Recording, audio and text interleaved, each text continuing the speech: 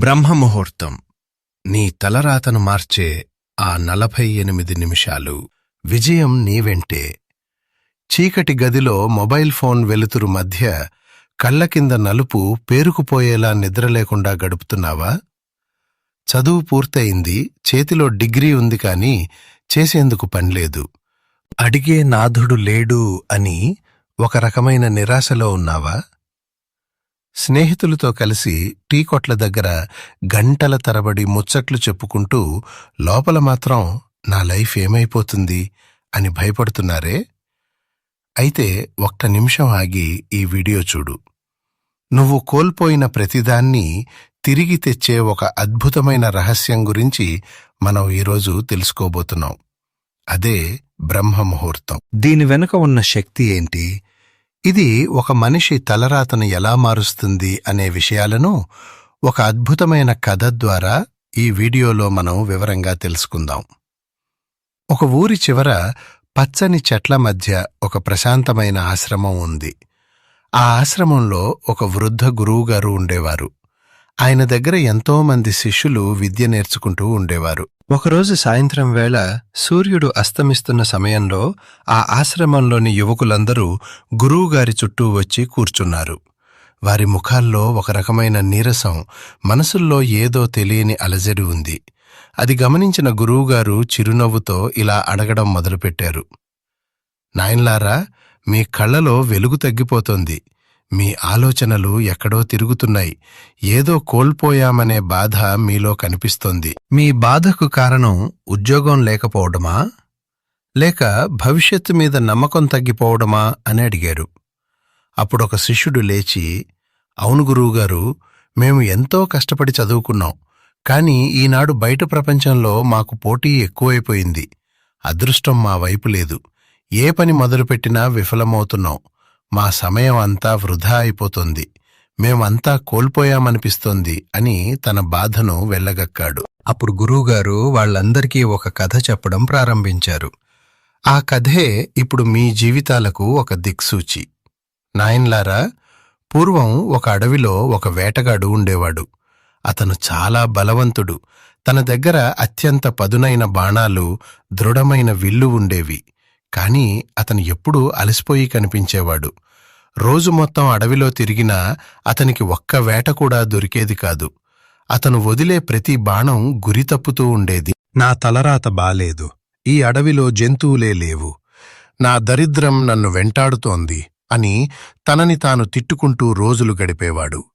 ఒకరోజు ఆ అడవి గుండా వెళ్తున్న ఒక మహాత్ముడు ఆ వేటగాడి పరిస్థితిని చూసి అతని దగ్గరకు వచ్చాడు. ఆ వేటగాడు తన బాధనంతా ఆ మహాత్ముడికి చెప్పుకున్నాడు.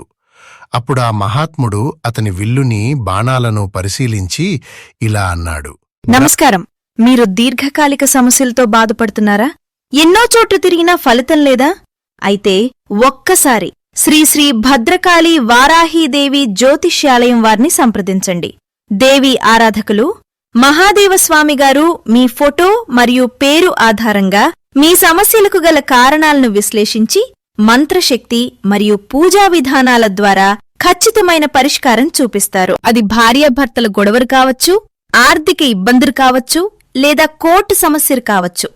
ఏదైనా సరే పరిష్కారం కోసం నమ్మకంతో ఇప్పుడే 901433938 నంబర్కు కాల్ చేయండి. నాయనా, నీ ధనుస్సులో ఏ లోపం లేదు, నీ బాణంలో కూడా ఏ లోపం లేదు. లోపమంతా నీ దృష్టిలో ఉంది. నువ్వు ఎప్పుడు వేటకు వెళ్తున్నావు అని అడిగాడు. వేటగాడు బదులిస్తూ, మధ్యాహ్నం ఎండ బాగా ఉన్నప్పుడు లేదా సాయంత్రం అందరూ వెళ్లేటప్పుడు వెళ్తాను స్వామీ అన్నాడు. అప్పుడు ఆ మహాత్ముడు నవ్వి, రేపటి నుంచి సూర్యుడు ఉదయించకముందే అడవిలోకి వెళ్ళు. ప్రపంచం మొత్తం నిద్రపోతున్నప్పుడు ప్రకృతి నీకు దారి చూపిస్తుంది. అదే నీ విజయ రహస్యం అని చెప్పి వెళ్ళిపోయారు. వేటగాడికి మొదట నమ్మకం కలగలేదు. కాని ప్రయత్నిద్దాం కదా అని మరుసటి రోజు తెల్లవారుజామున 4 గంటలకే నిద్రలేచాడు. ముఖం కడుక్కుని విల్లంబులు పట్టుకుని అడవిలోకి వెళ్ళాడు. ఆ సమయంలో అడవి ఎంతో ప్రశాంతంగా ఉంది. గాలి నిశ్చలంగా ఉంది. పక్షులు ఇంకా నిద్రలేవలేదు. మనుషుల అలికిడి అస్సల్లేదు. ఆ నిశ్శబ్దంలో వేటగాడికి తన శ్వాస తనకే వినిపిస్తోంది. ఎక్కడా ఎటువంటి అలజడి లేకపోవడంతో అతని మనసు ఒకే లక్ష్యం మీద నిలిచింది. ఆ ఏకాగ్రతలో అతను వదిలిన మొదటి బాణం నేరుగా వెళ్లి లక్ష్యాన్ని తాకింది. ఆ రోజునుంచి అతని బాణం ఎప్పుడూ గురి తప్పలేదు. కారణమేంటో తెలుసా? ఆ సమయం ఇచ్చిన ఏకాగ్రత. గురువుగారు శిష్యుల వైపు చూస్తూ ఇలా అన్నారు: నాయనలారా, మీ జీవితం కూడా ఆ వేటగాడిలాంటిదే. పగటిపూట రొదలో, ఫోన్ల గోలలో, స్నేహితుల ముచ్చట్లలో మీ లక్ష్యం గురి తప్పుతోంది.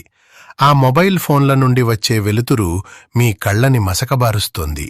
ఎవరో ఎక్కడో ఏదో సాధిస్తున్నారని చూస్తూ మీ సమయాన్ని మీరు వృధా చేసుకుంటున్నారు. కానీ మీరు బ్రహ్మ ముహూర్తంలో లేచి కూర్చుంటే మీ ఏకాగ్రత అచంచలంగా ఉంటుంది. ఆ సమయంలో గాలిలో ఉండే శక్తి మీ మెదడును చురుగ్గా ఉంచుతుంది. మీరు చదివే ప్రతి అక్షరం, మీరు చేసే ప్రతి ఆలోచన మీ మెదడులో శాశ్వతంగా ముద్రించబడుతుంది.